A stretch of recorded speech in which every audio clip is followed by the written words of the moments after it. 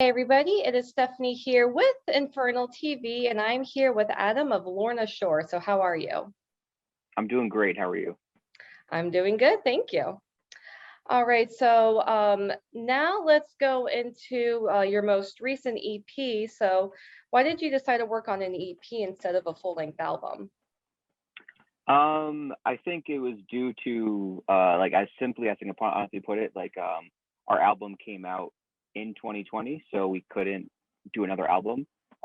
We wanted to get into the studio as quickly as we could to do new music, to unveil our new vocalist. So instead of waiting until we were allowed to by our label to do a full length, we were like, let's just go into the studio and do an EP because um, contractually we can't do another full length in the same year that we release a full length. So basically that's kind of why we did an EP instead of a full length. But I think it works out well. It was a good way to test out the waters to see what we can do with Will, and then it allows us to be prepared going into doing a full length.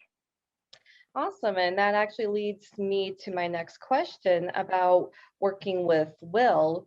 So and I guess like judging by your previous answer that I guess things worked out well, like preparing Yeah. for a full length and all. Okay. Yeah. So I mean, I guess the EP was a kind of a trial run for like everyone, like all parties included.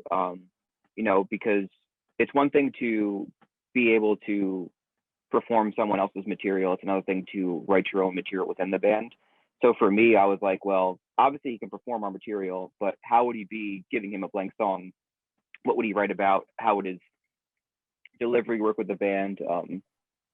Also stylistically, do we make sense with him? Like, does he like what we like to do? Because like, who knows? This could be, my big fear is that cool, like this works, and then we go into the studio and then like it does, like we don't have any, we're not like on the same page, and we don't really work well with each other. So it was a good test to figure out how it works, and obviously it worked. Clearly that's why we're here and why he's on the EP and whatnot. But yeah, working with Will was great. He wrote so many songs, he wrote so many lyrics. He was super open to trying things out and like open to any sort of feedback or suggestions, or was really working well with our producer Josh, who had suggestions and opinions. He worked really really hard. Like he was spending almost every day in the other room, like just laying down rough vocals. So he was just trying things out like day after day. So then when it came to him actually doing vocals, he was like super prepared. I mean, he doesn't think he was, but I was like, you're definitely way more prepared than I've seen other vocalists do it. So the fact that you've tried stuff out, tried different lyrics, had so many lyrics written, like I think to me that's a good sign of preparation, and that just got me excited because I'm like, at least this guy is really really like putting in a lot of effort and trying really really hard for this, and also open to like what the band has to say, and he's also was like sticking to his guns too. So it was definitely a really really cool experience to work with someone who is open to other people's suggestion as well as having good suggestions upon his own. So it's not like we told him what to do. Like some of his original organic ideas worked really really well as he was open to direction from a producer. So I think it works out really really well for like kind of what we wanted, and I think kind of same goes on the other end from what he kind of wanted. Awesome. And the one thing, myself and I'm sure your fans have noticed about Will is that, um, he has a very different, like a dynamic vocal style. Like definitely, I feel like more dynamic than some of your other previous vocals. So, do you agree? And what do you think that brought to like, or what benefits do you think that brought to your music? I think it's something really awesome, because I think a lot of our music is dynamic. So we will kind of switch gears consistently throughout a song or even throughout a record. So having his versatility is a good tool for us. We can, I don't feel like we have to be pigeonholed to, okay, we can't do parts like this because his vocal style doesn't make sense with this, or we can't do parts like this because his vocal style doesn't make sense with it, or whatever it may be. So the fact that like he is versatile and very open to trying things out and can do many different things, it allows us as a band to be not really pigeonholed, and we can try different things out and write what we kind of want to write, rather than being like, okay, we can write this cool part, but like vocally it wouldn't really work with it. So I'm definitely excited for his versatility, and definitely going to exploit it a lot more on the full, like now that we have evidence on what is possible with this EP. Awesome. And now let's go into the guitars, because what I noticed about Lorna Shore is that like especially with this EP, is that the solos are ridiculous. Like the riffing, like all the riffs you write are so unique. I can tell that guitar wise, you all come from very diverse backgrounds. You have a lot of different influences. So I guess like discuss writing the guitars and I guess not your influences, but like your, I guess, your influences for this particular EP, and I guess kind of your vision and what you created guitar wise. Um, I'm always trying to on every EP to like put my stamp on the record. I'm trying to always make sure that like I can at least sign off at the end of the day that I did the best that I can and did the most that I could do. Not to say that like every part needs to be guitar centered, but I want to make sure every part that I'm playing on guitar counts and it matters. So for me, it's always just like thinking about, did I give my 100% effort on this thing? Did I really push myself to new boundaries, to new limits? Did I, try everything that I can try to do? And I think for me, I get really bored with music. So I'll listen to a genre of music, and then after a while, I'm like, okay, this scratches all these itches, but it doesn't scratch these itches. And then I'll listen to another band that scratches other itches and then doesn't scratch these other itches. So like I get very bored listening to music. So I feel like for me, guitar wise, I try to take that boredom and put it into our music. So it's like I'm constantly bouncing around all over the place and trying to do different things. And I mean, but more currently, I think, or currently rather, what I'm focusing on is just trying to use guitar as an instrument to express my emotions and express kind of what I'm feeling. So the parts I think are good representation of kind of what I am feeling or what I'm experiencing or whatever. So if it's a part that's super hectic and chaotic, I'm sure my life is going in that sort of direction. If a part is maybe more slow and menacing, I'm sure life is kind of working in that fashion, or whatever it may be. I use the instrument as a tool to express my emotions. Like that's my vessel to kind of get my experience out there. So I kind of just put my entire personality, the stuff I like, the stuff I'm going through, kind of all funnel into this instrument that is my guitar, and it comes out into our music. And I'm always trying to push my limits, push my boundaries, push my capabilities. And writing a record is a good place to do that, because it kind of forces you to be like, I have to get better, because now I have to play these parts live.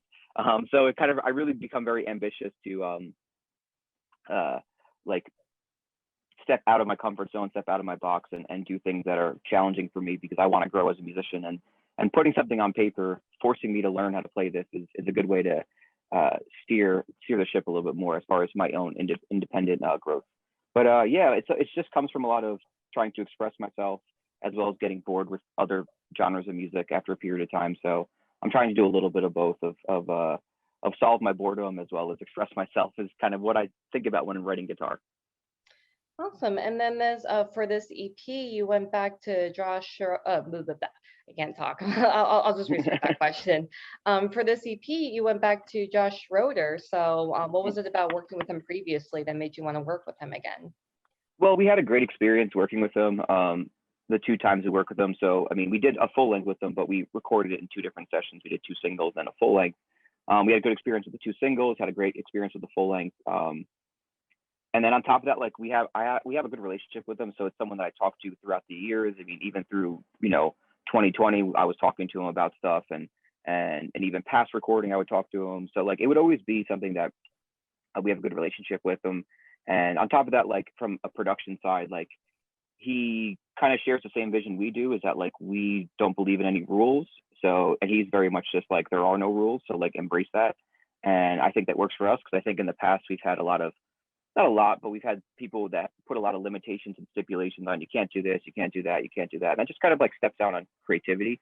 And maybe there's situations where we probably shouldn't have do that, but like he's kind of like, see this through, we'll make decisions after. If that doesn't really work, then that doesn't work. It's fine. There's no reason to kind of put a hard line, no, you can't do this, without even like trying it out or seeing it through. So he's very much about us kind of being as extreme as possible. He has the same vision for the band, where he's like, you guys need to be as extreme and over top as possible, because that's what we want to do. So it's nice to have someone who also sees our vision the way that we see our vision, which is to be as extreme, over the top in any direction that we can be.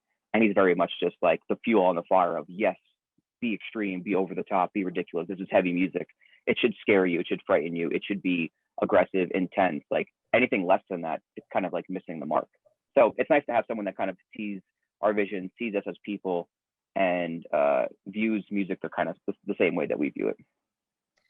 Awesome. And now, are you all working on the full length right now or soon? Yeah, I mean, literally right before I got on this call, I was writing Oh, material for our nice. full length. Just so yeah, that's what I've been doing. We are going into the studio this year, so working on getting some stuff down, writing some songs in between playing these shows and going on tour. Probably gonna be doing a lot of work on tour, so it's gonna be really really busy. But it's exciting to kind of have all the stuff to do. Awesome. And now I saw you all just played a show recently and you have an upcoming tour. Well, I guess this question has two separate questions. One, what was it like getting back on stage after, yeah, I'm sure for you guys it's been like a year and a half. Mhm. And I guess the second part of that question is like, are you anticipating like going back on a full length tour again? So we played 4 shows about 2 weeks ago or 10 days ago, whatever it was, and it was awesome. I mean, we had a blast. It was great. It felt good. I felt like riding a horse. You know, you've done it for so many years that like it was weird at first. It was really uncomfortable, but like after like by the time we got to the third or fourth show, it was like okay, we've done this before. Um, so it was definitely awesome. The crowd response was great. So it was a good way to come back to playing shows, is playing a bunch of sold out shows and packed houses. Like it was really awesome. It was a good way to kind of return to live music. So we're really glad about that. And it got me really excited to go out on tour because we're doing about 2.5 weeks, you know, pretty much September into early October with Enterprise Earth, Sentinels, and Crown Magnetar. So we're excited to go back out because these 4 shows are great. So I'm really looking forward to kind of playing more throughout the rest of the country. So yeah, it's exciting to get back on live music. We've been sitting around for a while, but to say it didn't take its toll physically on me, I'd be lying because you know this is the longest we've ever sat at home. I mean, I don't know the last time I played guitar standing up. So, you know, literally I've just been sitting in a chair looking at a computer screen playing guitar. I mean, minus the 2 times we shot a music video, that was the only time I really stood up and like performed really. So and even that wasn't even really performing. So nonetheless, you know, playing live was definitely I had to work off the kinks, but it's awesome to be back, you know, playing live. It's kind of it's kind of like riding a bike a little bit. You know, even though it's been a year and a half since we rode that bike, which is live music, it's still awesome to return to playing live music. Awesome. And now, you have the new vocalist. Things are, really moving uphill for you guys even more than it was before, especially with and I Return to Nothingness. So, do you feel like this is a reinvented Lorna Shore, or are you just doing what you've been doing before and just kind of constantly improving and finding ways just to become a better band? I think it's more so that I think there's no really reinvention. We're just kind of doing things that we've been doing, regardless of the feedback and the response. I think we're still going to do what Lorna Shore is going to do. The feedback is great. I'm not going to say that it's wrong or bad. Like obviously we all enjoy it, but I still think that we're still sticking the course of what we want to do as a band, and it's very much just a refinement. I mean, the best way, metaphorically, I can explain it is just like you have a statue. With each record, you define it more and more so that it becomes more evident to what it is. And maybe the first couple records, you can kind of see a rough outline of what the statue is. And by the second, third, fourth record, or however many songs, it starts becoming more and more clear of what this statue is. And I feel like that's just kind of what it is. And when we look at the discography of Lorna Shore, it's just a constant like refinement and evolution of the band. And it's not really like we're changing anything we're doing. Everything that we're doing now as we've done before, just we've gotten a little bit better at it.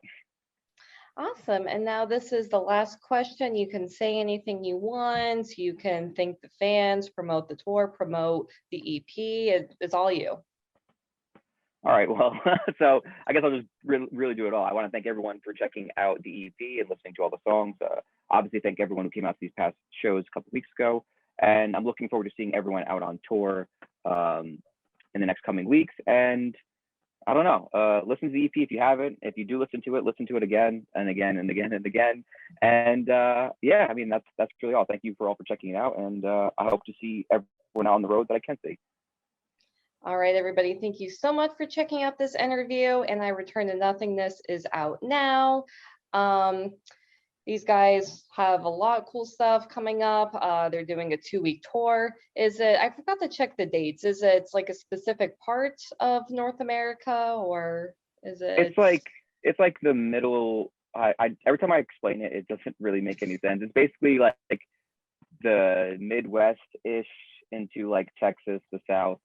I don't even know how to describe that. It's like the middle of the country that's not the Northeast. So it's like, you know, anywhere from like Michigan over to Illinois, down to Texas, across, and then up the East Coast. So like in that little box of the middle of the country to the east, excluding the Northeast. I think that's what it is. I don't know how to describe that. I don't know what sector of the country that is. Other than we're not doing a full U.S., but we're going to we're doing a half U.S. How does that sound? All right. I mean, hey, I think that's the best way to put it. They're doing a half U.S. run, but definitely go out to go out to a show if they're coming anywhere near you. I've seen these guys live before. They always kill it. I'm sure they're going to kill it even more now. And yes, also seems like you're all working on the full length. So definitely keep up with that, because I mean, if this 4-song EP was, or 3-song EP was brutal, then I'm sure a full length album will be even more brutal. So thank you. I hope so. Hey, thank you again for checking out this interview, and stay metal, everyone. Hell yes.